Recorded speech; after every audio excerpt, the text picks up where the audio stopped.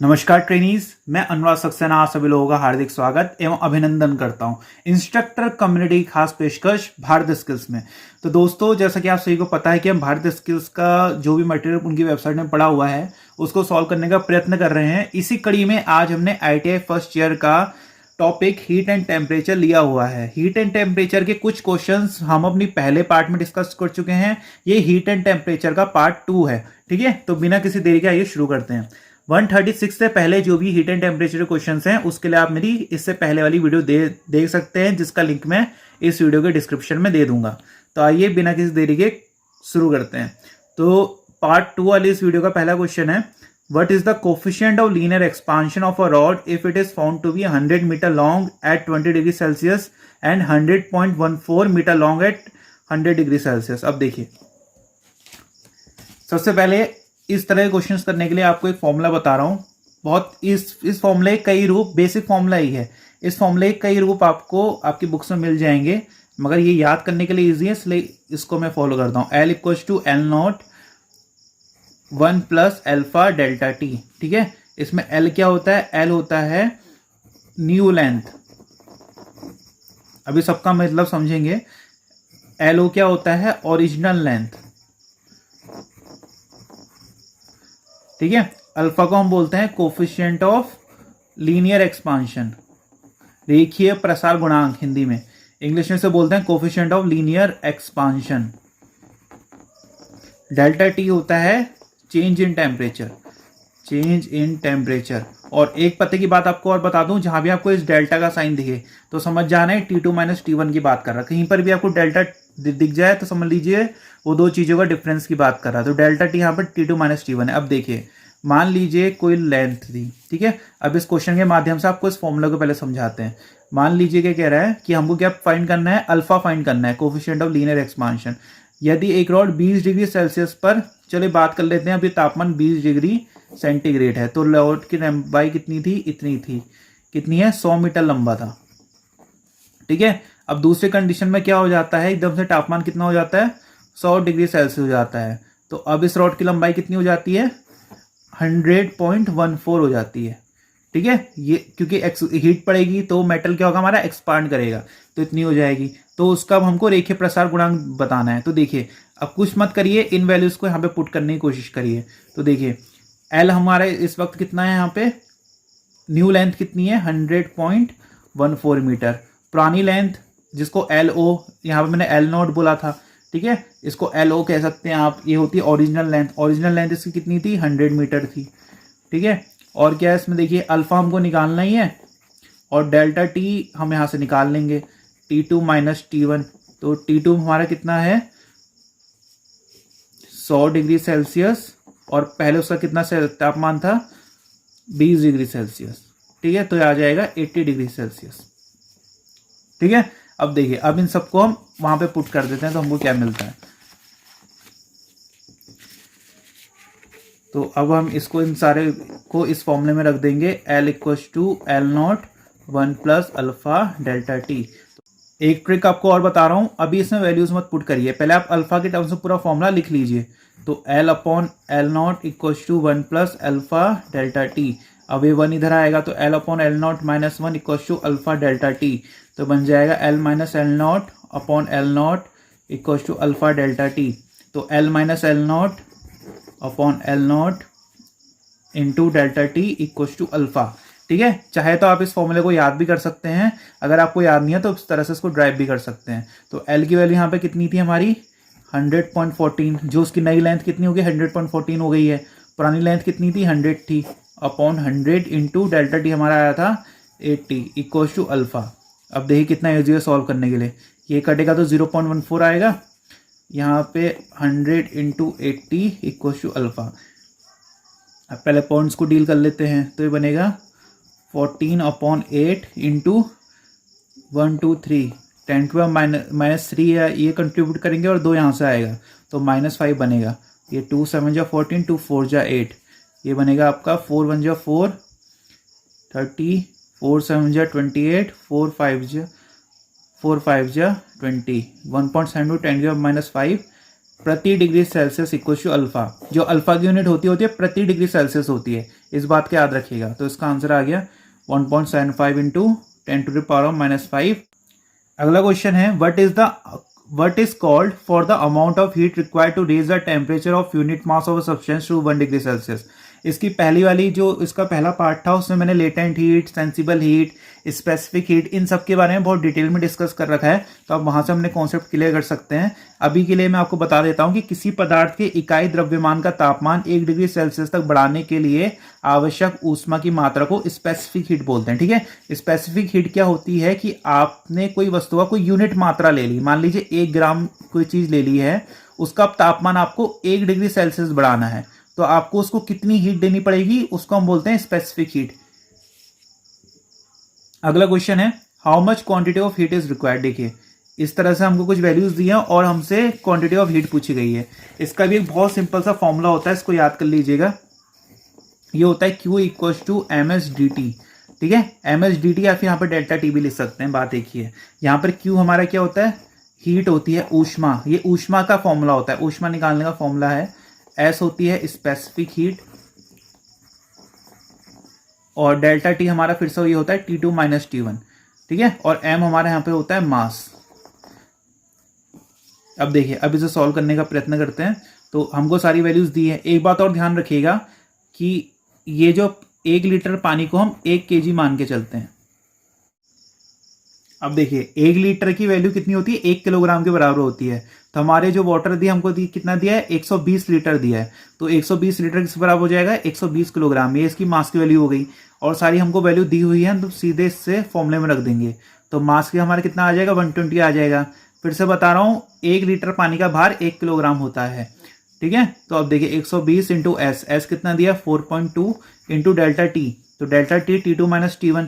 तो पहले तापमान था 85, सॉरी पहले बाद में 85 हो गया, पहले 20 था। तो माइनस करिए, 8 में से 2 काटा 6, 65। तो इसका हो गया सॉल्व करके, इससे ये पॉइंट गया तो बन गया 12 इंटू 42 इंटू 65। अब बस इंटू करना रह गया, तो 42 इंटू 12, 1 2 जा 2 4, 504 को अब 65 से इंटू करेंगे, 5 4 जा 22, 5 5 जा 25 इंटू 6 4 जा 24, 2 6 5 जा 30। तो 0 4 + 2 6 7 2, तो 32760 इसका आंसर आ रहा है, 32760। एक बात का ध्यान रखना, अगर आप मास को केजी में रखेंगे तो आपका आंसर किलो जूल में आएगा, अगर आप मास को ग्राम में रखेंगे तो आपका आंसर जूल में आएगा। इस बात का विशेष ध्यान रखिएगा कि ज्यादातर यहाँ पर MSDT में ये जो M होता है इसको हम ग्राम में ही रखते हैं, अगर किलोग्राम में रखेंगे तो आंसर किलो जूल में आएगा। तो इसलिए हमारा इसमें आंसर ये आया है क्या, 32760 किलो जूल। अगला क्वेश्चन है, फिर से हमको ये करना है, calculate the amount of heat required to raise the temperature of 85.5 gram of sand from 20 degree centigrade to 35 degree centigrade. Specific heat हमको दी गई है। देखिए फिर से वही फॉर्मूला लगेगा, Q equals to MSDT, MS delta T. ठीक है, क्या करना है, 20 डिग्री सेल्सियस से 35 डिग्री सेल्सियस तक 85.5 ग्राम रेत का तापमान बढ़ाने के लिए आवश्यक ऊष्मा की मात्रा की ज्ञात गणना कीजिए। अब देखिए M इस बार हमको कितना दे दिया है, M हमको दे दिया है 85.5 ग्राम रेत है। ठीक है, S कितना दिया गया है हमको, 0.1। डेल्टा टी क्या होगा, T2 माइनस T1। तो T2 कितना है, 35 माइनस 20, तो आ गया 15 डिग्री सेंटीग्रेड। अब देखिए, अब इन सारी वैल्यूज को हम ऊपर वाले फॉर्मूले में रख देंगे, तो हम क्या पाएंगे, Q equals to M 85.5 into 0.1 into 15। देखिए अब बस सॉल्व करना बाकी रह गया है, पूरा क्वेश्चन हो गया है। ये बन जाएगा 85 इंटू 15 इंटू 10⁻⁻²। अब बस सॉल्व कर लेते हैं इन्हें, 855 इंटू 15, 5 5 जा 25, 5 5 जा 25, 27, 5 8 जा 42, 5 5 8 5 12 8। तो ये इसका आंसर हो गया। ठीक है, 12825। ये 10⁻² थी तो 128.25 इसका आंसर हो जाएगा। ये देखिए 128.25। एक बात की और सलाह दूंगा कि जो भी DGT के सारे क्वेश्चंस में ऑप्शंस बहुत पास में देखिए, 128.25, 0.26। तो इस बात का विशेष ध्यान रखिएगा ऑप्शंस चूज करते समय। ठीक है, इसमें नहीं तो कंफ्यूज होंगे, आंसर गलत हो जाएगा। अगला क्वेश्चन में है what is the specific heat of the material if we require 510 calories to raise the temperature of 170 gram of material from 50 degree Celsius to 80 degree Celsius. अब देखिए इस क्वेश्चन में हमसे क्या पूछा है, मटेरियल की विशिष्ट ऊष्मा एस हमको निकालना है, दो टेम्परेचर हमको दिए हुए हैं और 510 कैलोरी हीट भी दी गई है। देखिए अब सीधे वही फॉर्मूला लगाएंगे Q equals to MS dt। अब देखिए तो अब हमको क्या करना है, एस की वैल्यू निकालनी है, तो बाकी सारी चीजें इसके नीचे भेज देते हैं, m delta T equals to S. अब देखिए अब इसकी वैल्यूज पुट कर लेते हैं, तो Q हमको दिया है 510 कैलोरी, m हमको दिया गया है 170 ग्राम 170, डेल्टा टी कितना होगा 80 माइनस 50, 80 माइनस 50 करेंगे 30 आएगा इक्वल्स टू एस, इससे कैंसिल। ठीक है अब देखिए तो 17 3 जो कितना होता है 15 होता है, तो 10 आ जाएगा, 3 से 3 गया तो 0.1 आ गई स्पेसिफिक हीट, तो ये इसका आंसर हो गया।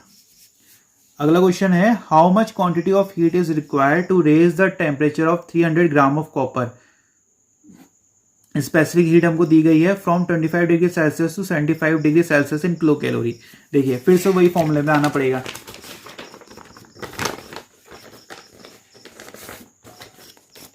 फिर से वही फॉर्मूले में आते हैं, Q equals to MS dt।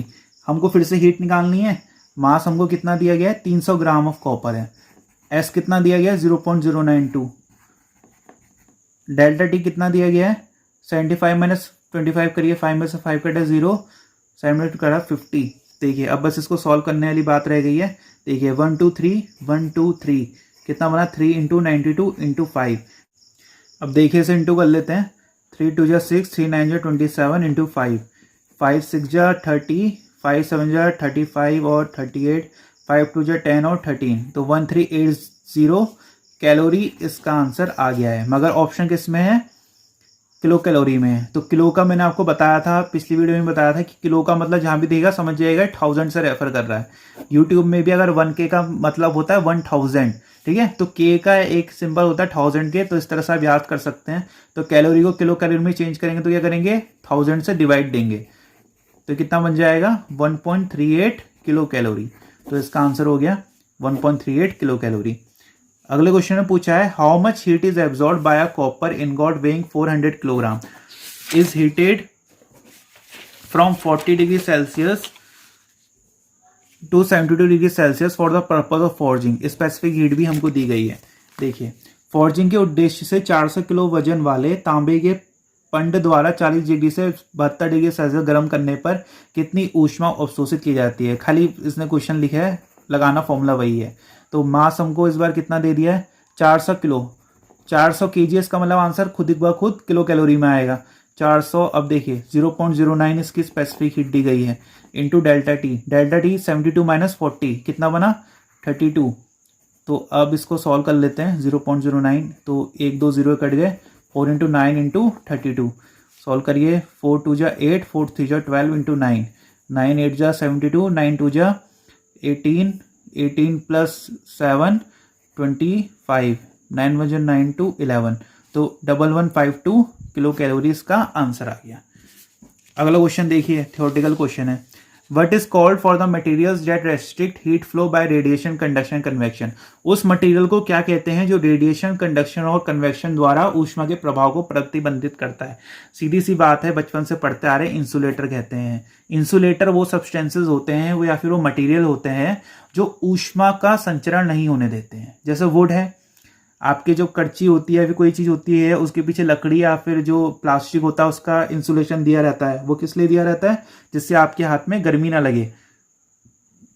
वैसे जब हम वेल्डिंग करते हैं जब हम जो गर्म जॉब्स को पकड़ने के लिए वो ग्लव्स पहनते हैं, कई सारी चीजें होती हैं, उसके लिए हम इंसुलेटर का प्रयोग करते हैं। ठीक है, इसको बोलते हैं इंसुलेटर। कंडक्टर क्या होता है, जो कंडक्ट कर देता है। जैसे मेटल्स हो गए जिनको हमको कंडक्टर के काम पे लेना है, जैसे कढ़ाई है, अगर कढ़ाई इंसुलेटर की होगी तो खाना गर्म ही नहीं होगा, इसलिए कढ़ाई कंडक्टर की होती है, उसको कंडक्टर बोलते हैं। तो उसका आंसर इंसुलेटर था। अगला क्वेश्चन है, which one is heat insulator. हमको 4 ऑप्शन दिए, हमसे पूछा है कि इनमें से हीट इंसुलेटर कौन सा है। सबको पता है कॉपर कंडक्टर होता है, ब्रास भी कंडक्टर होता है, एल्यूमिनियम भी कंडक्टर होता है, मगर जो थर्माकोल होता है वो हीट का ट्रांसमिट अपने हाथ से नहीं होने देता है, तो इसका आंसर थर्माकोल हो जाएगा। अगला क्वेश्चन है, which one has the highest thermal conductivity. अब देखिए ये क्वेश्चन आप लोगों के लिए थोड़ा नया होगा। 4 ऑप्शन दिए हैं, बर्फ के चारों रूप है, सॉलिड आइस, ठोस बर्फ, पिघलती बर्फ, पानी, वाष्प। इन सब में सबसे ज्यादा अच्छा कंडक्टर कौन होगा, हाईएस्ट कंडक्टिविटी किसकी होगी? तो इसका आंसर है सॉलिड आइस। एक बात की बात ध्यान रखना, इसको याद रखना, जो सॉलिड आइस होती है सबसे ज्यादा अच्छी कंडक्टर होती है, उसकी थर्मल कंडक्टिविटी बाकी इन सब के कंपैरिजन में सबसे अच्छी होती है। इसका कारण ये होता है क्योंकि वो सॉलिड स्टेट में होती है। ठीक है, तो इसका आंसर हो जाएगा सॉलिड आइस। अगला क्वेश्चन में हमसे पूछा गया है which one of the following is not a property of heat insulating material. जो ऊष्मारोधक मटेरियल होते हैं, कौन सी ऐसी प्रॉपर्टी है जो उसको स्पेसिफाई नहीं करती है? तो जो ऊष्मारोधक मटेरियल होगा उसकी कम चालकता होनी चाहिए, लो कंडक्टिविटी होनी चाहिए, उसमें आग नहीं लगनी चाहिए, एकदम सही है। लेस मॉइस्चर एब्जॉर्प्शन, उसे मॉइस्चर एब्जॉर्ब नहीं होना चाहिए, भी सही है। डक्टिलिटी जो है ये खाली ऐसी दी गई है, तो ये आपका आंसर है। ठीक है, डक्टिलिटी हो ना हो उससे कोई ज्यादा कुछ फर्क पड़ता नहीं है हमारे ऊष्मारोधक मटेरियल में। अगले क्वेश्चन हमसे पूछा गया है which insulating material is most widely used in refrigerator. ये आपको याद ही करना पड़ेगा। रेफ्रिजरेटर में व्यापक रूप से उपयोग किए जाने वाला मटेरियल कौन सा है? तो वो होता है पॉलीयूरेथेन, पॉलीयूरीथेन। ठीक है, ये सबसे ज्यादा रेफ्रिजरेटर में यूज होता है, ये इसका आंसर है, ये आपको याद करना पड़ेगा। अगला क्वेश्चन है which one is poor heat insulator. इन सब में से सबसे बेकार, ठीक है, हैं तो सारे इंसुलेटर, कंफ्यूज मत होइएगा, सबके सब इंसुलेटर हैं। सबसे बेकार इंसुलेटर कौन सा होता है? ग्लास होता है। इसको भी याद करना पड़ेगा कि ग्लास इंसुलेटर तो होता है मगर इन सबके कंपैरिजन में एक वीक इंसुलेटर होता है। अगले क्वेश्चन हमसे पूछा है what is known for the temperature at which any solid melts into liquid. किस तापमान पर कोई ठोस द्रव में पिघलता है? तो उसको बोलते हैं मेल्टिंग पॉइंट। मेल्टिंग पॉइंट वो पॉइंट होता है जिसमें कोई ठोस लिक्विड में चेंज हो जाए, उसको बोलते हैं मेल्टिंग पॉइंट। अगला क्वेश्चन है what is the melting point of aluminium. ठीक है, हमसे एल्यूमिनियम का मेल्टिंग पॉइंट पूछा गया है। तो आगे के जितने भी क्वेश्चन है इसमें सब याद करने वाले हैं, आपको याद करने पड़ेंगे। तो इसका होता है 660 डिग्री सेल्सियस। 660 डिग्री सेल्सियस पे जो एल्यूमिनियम होता है वो मेल्ट करना शुरू हो जाता है। अगले क्वेश्चन हमसे पूछा गया है एल्यूमिनियम का boiling point. Boiling point aluminium का होता है 2519 डिग्री सेल्सियस, ये भी याद करना पड़ेगा। ठीक है, एल्यूमिनियम का बॉइलिंग पॉइंट होता है 2519 डिग्री सेल्सियस। अगला क्वेश्चन है what is the boiling point of water. बहुत इजी क्वेश्चन है, सबको पता है कितना होता है, 100 डिग्री सेल्सियस से पानी उबलता है, सबको पता है। अगले क्वेश्चन हमसे पूछा गया है melting point of mercury. Mercury का क्वथनांक क्या है? तो मरकरी का क्वथनांक होता है -38.72 डिग्री सेल्सियस। माइनस है आगे से, ध्यान रखिएगा। -38.72 डिग्री सेल्सियस पे मरकरी पिघलने लगता है, मेल्टिंग पॉइंट होता है उसका। What is the boiling point of mercury. Mercury का बॉइलिंग पॉइंट होता है 357 डिग्री सेल्सियस। ठीक है, 357 डिग्री सेल्सियस पे मरकरी बॉयल होने लगता है। अगले क्वेश्चन हमसे पूछा है what is the ratio of force और पर यूनिट एरिया। अब देखिए जो प्रेशर होता है उसका फॉर्मूला होता है फोर्स पर यूनिट एरिया, यही पूछा गया हमसे।